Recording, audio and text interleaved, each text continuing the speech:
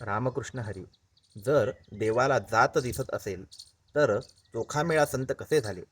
हा एक अभंग तुमचा देवाकडे पाहण्याचा दृष्टिकोन बदलून टाकेल.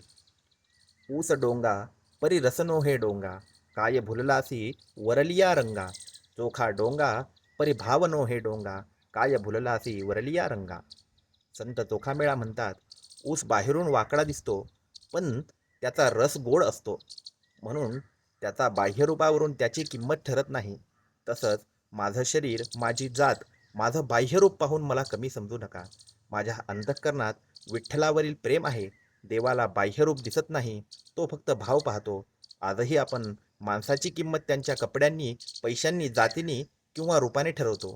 पण विठ्ठल म्हणतो, मला तुझं मन दाखव.